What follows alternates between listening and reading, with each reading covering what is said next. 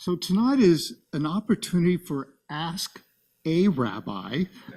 It was going to be Ask the Rabbi, which is, of course, Rabbi Sarah, but I'm happy to be able to help on this evening. It's been a while since I've done Ask the Rabbi, but maybe the wheels will start to turn once again. So I hope some of you came prepared with a question to ask, and feel free to start off. Jack, please. How many times do we get the 10 commandments? Well, the first time, of course, is in Exodus in chapter 20, when the whole theophany takes place and Moses goes up on the mountaintop. So that's the first time. But later on in the book of Deuteronomy, after 40 years of wandering, when the people are about to enter into the promised land, that many of the commandments and such that Moses first imparted are repeated again. So I would say twice. And let me check with my colleague, Rabbi Sarah, would you concur with that? Ding, ding, ding. Thank you. I'm subject to approval from the rabbi, so I hope that's still the correct answer. You're welcome. I'm sorry? Oh, you mean for any questions? Somebody help me out. I really, if there's a question there, can Cindy possibly articulate it? Because I can't read it from this point. Well, ask them to unmute if they have a question. Oh, okay. If anyone on Zoom has a question, please feel free to unmute yourself. Alan?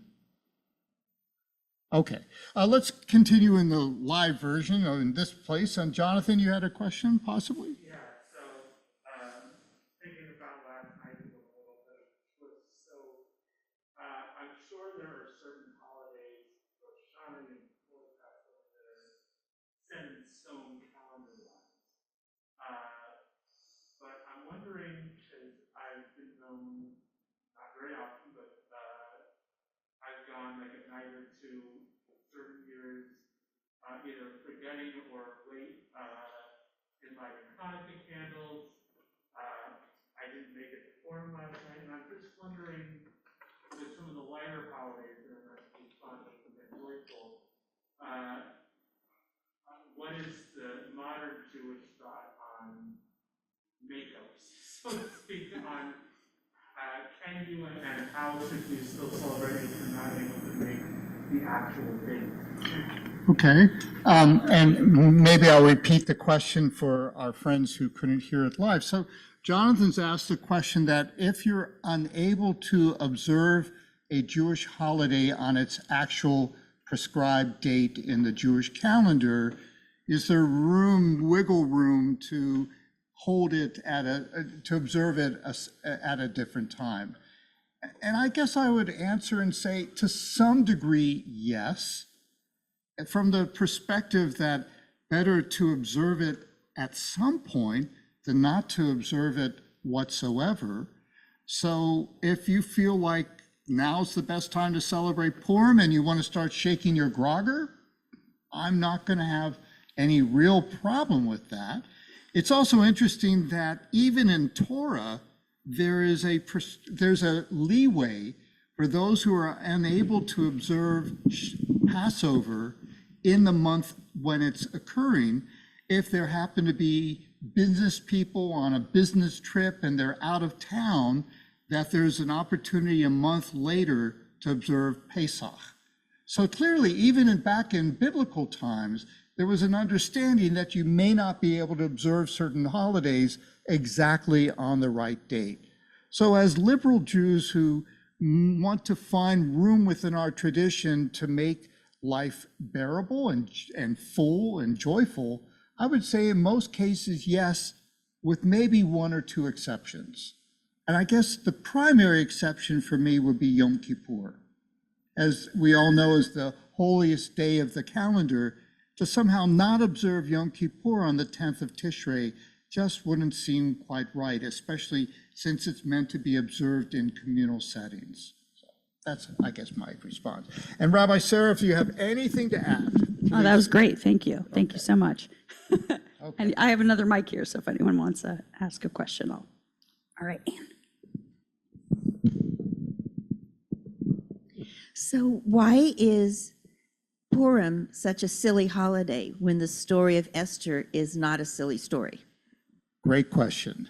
Why is Purim such a silly holiday when the story of Esther is not? And Anne, let me say, you are absolutely right. There are some very, very serious themes in the whole story of Esther. Certainly, if one wants to look from a feminist perspective, the treatment of Vashti is horrific. And even in the fact of women are downplayed, and Rabbi Sarah mentioned last night, even though to us, Esther's really the heroine in the story of Esther, nonetheless, it's Mordecai who's held up as the hero when Esther really did the heavy lifting.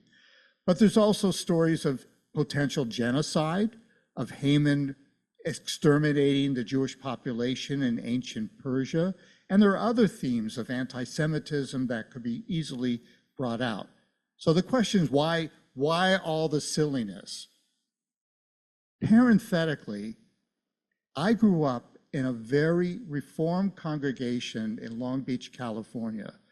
And my rabbi, Wally Kelter, from Germany to America, disliked Purim so much that we were not really celebrating Purim. He disliked all the silliness that was involved with it. I guess somehow being Jewish wasn't okay to be silly. But I will just add this. I think from a cultural perspective, it seems like with Purim coming in the middle of, or near the end of winter, we see in other cultures Mardi Gras, Carnival, the need in the midst of darkness and winter and cold and bleariness just to let loose. And in that, I think there's a very healthy element to Purim where we can just let go of all the things that we're serious about, including even our religious observances, and you're allowed to just let it go. And it's almost like a pressure relief valve that allows us to get back to what's coming up, which is Passover in 4 weeks, which is the most incredible holiday. So that's how I kind of think about it. And even, by the way, in extreme Orthodox, you can make fun of the rabbi, you can dress up, if you're a man, as a woman. I mean, there's all kinds of transgressive behavior that can take place, which is pretty cool. Anybody else who has a question for this evening? Sean?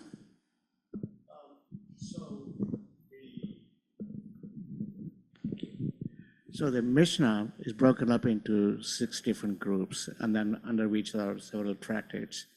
How did that come about? And there's like one on festivals, one on Kedoshim, and then there's one on called, I don't know what the Hebrew word is, seeds. And some background on that would be great. So I would look at it in part from a I should repeat. Oh, no, they heard the question. I think they heard it, yeah. Okay. So the Mishnah is the first formal codification of Jewish law after the Bible. We all know the Bible, which consists of 3 major parts: the 5 books of Moses, Torah, the books of the prophets, Nevi'im, and the assortment of writings, the Ketuvim, were all canonized, in sense finalized. It's debated whether it was in the 1st century before the Common Era or shortly after. But even with the drawing of the line of what constitutes Tanakh, there was always ongoing discussion among especially teachers of rabbis as to how to interpret the law, particularly all the 613 commandments in the Torah.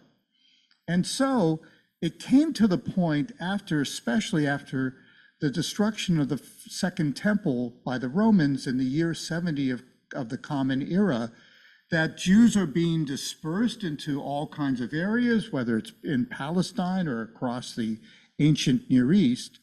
And around the year 200, a great sage, Judah the prince, Judah Yehuda Hanasi, took all these oral traditions and put them into order. He created the order that we call the Mishnah. And so he did. He broke them into 6 major groups and then into more specific subgroups under those 6 major categories. Does that help to give an answer? Yeah, I was more curious about why was it, like there's one on women and one on festivals, what is the rationale behind that? And you mean of the 6 categories or the men? So first of all, I remember a mnemonic, and I hope I still remember it. Of the 6 categories, it's the mnemonic Siman Nakat. Zra'im. So of all of that, I actually never have looked into why of those 6 major categories, underneath them were certain tractates. If Rabbi Sarah, you have anything to add to that, I don't have an immediate answer. And if those who have been with me in years past, I never purport to give an answer that I don't really know. So, Well, I don't really have an answer either, other than that they're supposed to be topical. So there's, Zra'im are all the agricultural laws, Nashim are all the laws having to do with women, marriage, divorce, etc. And then, damages and so forth. So they're supposed to be topical, but as you know, the rabbis like to, digress. So there's lots of weird stuff that you wouldn't necessarily think belongs there. But why they picked those 6, I don't know. Yehuda Nasi, that sort of was how he, broke it up. But yeah. there you go. Maybe one more question for tonight. Jack? They also answered, kind of 2. First question would be, how is that different than the Talmud? And my second question is, do we know how and why the rabbinic period began? I mean, do we know who was the first rabbi? And how did that individual become? I mean, there's no anointing process, so I'm curious how that kind of evolved. I have an answer, but you know what? I think that's a fair. Oh, okay. Okay. So.